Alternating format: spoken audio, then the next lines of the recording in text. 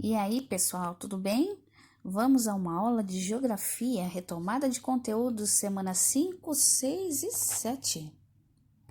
E vamos falar sobre a formação e diferença entre as cidades, da página 2 até a página 11. Um município pode ser formado por uma área rural, que é o campo, e a área urbana, que é a cidade.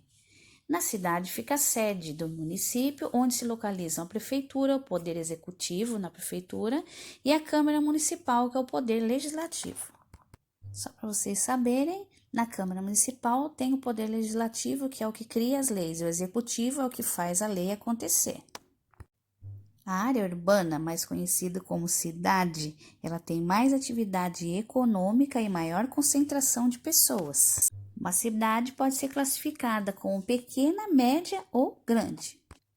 Uma cidade pequena apresenta um número menor de habitantes e atividade econômica menor também. Geralmente oferecem serviços mais simples e limitados. Nas cidades médias, já tem mais números de habitantes e a economia é maior do que a cidade pequena. Nas cidades médias, podemos encontrar uma maior oferta de cursos técnicos, universidades, atendimentos médicos especializados, maior comercialização de produtos e prestações de serviços e etc. Um exemplo, Uberlândia, em Minas Gerais. E as cidades grandes caracterizam-se pelo maior número de habitantes e atividades econômicas em relação às cidades médias. Assim, é possível encontrar uma ampla rede de transportes, comunicações, atividades industriais, centros médicos que utilizam equipamentos com alta tecnologia e profissionais especializados, universidades, comércios, prestação de serviços e espaços de lazer como museus, cinemas, parques, zoológicos, clubes, shopping center, entre outros, tá? Aí tem a imagem da vista aérea central da cidade de Porto Alegre, que é muito grande, e o Museu da Manhã na cidade do Rio de Janeiro, que também é um lugar muito grande, o Rio de Janeiro. Concluímos que quanto maior a cidade, maior o número de pessoas, maior a oferta de emprego, maior a atividade econômica, mais universidades, mais atendimentos médicos, prestações de serviço, lazer e etc. Nós estamos na página 5, então, e a gente vai fazer a conclusão dessa atividade, tá? Utilize as palavras do quadro para completar as frases. Letra A. Na área urbana do município, localiza-se a prefeitura e a Câmara Municipal. B. Cada cidade apresenta diferentes paisagens. C. Há cidades pequenas, médias e grandes em razão do número de habitantes e das atividades econômicas desenvolvidas nesses espaços. Lembrando que as pessoas saíram do campo no passado, muitas delas por causa da atividade econômica das cidades, por ter emprego. Agora vamos falar da origem das cidades.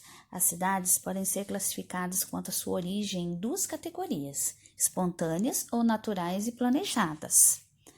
As cidades espontâneas correspondem à maior parte das cidades do mundo.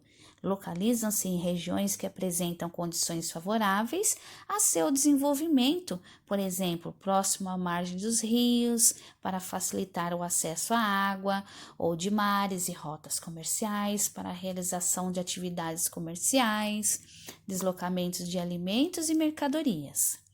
Londres, no Reino Unido, e São Paulo, no Brasil, são exemplos de cidades espontâneas que surgiram em torno de um rio principal, fato que foi essencial para o desenvolvimento e crescimento dessas cidades. Em muitas cidades, as áreas rurais são muito importantes para o desenvolvimento das áreas urbanas, tá? Elas se localizam no entorno das cidades para abastecê-las com alimentos e outros produtos gerados no campo. As cidades que não têm área rural em razão do seu crescimento urbano acabam comprando produtos agrícolas de outras localidades. A maior parte das cidades brasileiras tem sua origem de maneira espontânea ou natural, a partir do crescimento de pequenos vilarejos em função da necessidade de promover atividades econômicas no local. As cidades espontâneas ou naturais nascem naturalmente às margens ali do rio pela facilidade comercial das suas rotas comerciais, tá? E fácil deslocamento também dos alimentos e das mercadorias. Já as cidades planejadas não são assim. Na página 7 aí, a gente observa duas cidades espontâneas. Ponta Grossa, no Paraná, e Ouro Preto, em Minas Gerais. Cidades que se desenvolveram através dos vilarejos por causa de rotas comerciais que aconteciam nesses lugares. Observe aí na ilustração a cidade de Ouro Preto no passado, em 1820, e Ouro Preto em 2015. A cidade naturalmente se modificou de forma espontânea por causa de sua rota comercial. Vamos ver agora uma pintura retratada do povoado de Ponta Grossa em 1827. Olha o vilarejo. Observe aí a rua comercial na área central de Ponta Grossa em 2012. A cidade naturalmente evoluiu, se urbanizou, cresceu. Agora a gente vai falar sobre as cidades planejadas. Elas são construídas por meio de projetos com o objetivo de melhorar a organização do espaço urbano destinado a áreas específicas para as indústrias, comércios, moradias, lazer, ensino e trajetos para conectar importantes regiões da cidade. Até mesmo a largura das calçadas é projetada para facilitar o trânsito de veículos e pessoas. O planejamento dessas cidades envolve profissionais como arquitetos, engenheiros e geógrafos. Na página 9, a gente vê exemplos de cidades planejadas, umas bem conhecidas como Belo Horizonte, Salvador, Goiânia, Brasília, dentre outras.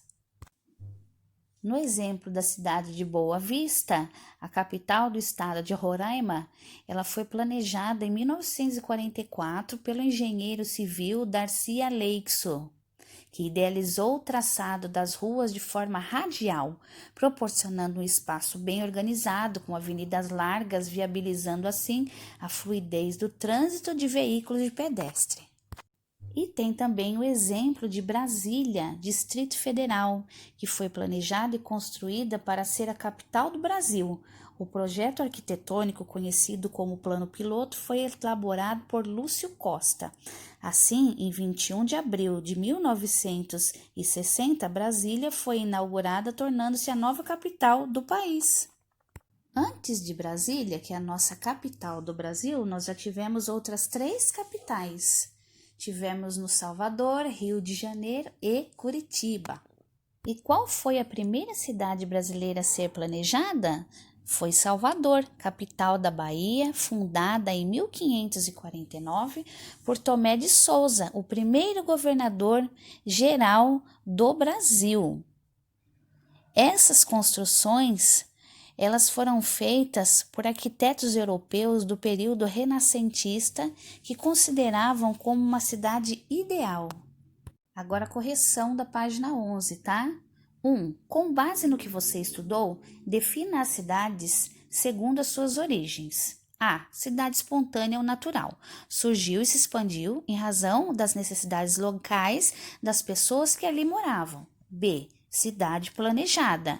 É construída por meio de estudos e projetos com o objetivo de organizar melhor o espaço urbano, destinando áreas para as indústrias, comércios, moradias, etc. Atividade 2. Assinale as alternativas corretas sobre cidades espontâneas. Resposta B e C. Sobre as cidades espontâneas, a alternativa B corresponde à maior parte das cidades do mundo. E na atividade 3, era só você responder ali a questão A e D da pergunta 2, que são as alternativas que você não fez o xizinho, as que não são correspondentes à cidade espontânea. E na atividade 4, para que a cidade de Brasília foi criada? Ela foi criada para ser a nova capital do nosso Brasil. no material de apoio de uma atividade muito legal para vocês ampliarem o conhecimento de vocês, fazendo recorte e colagem e planejando a própria cidade de vocês.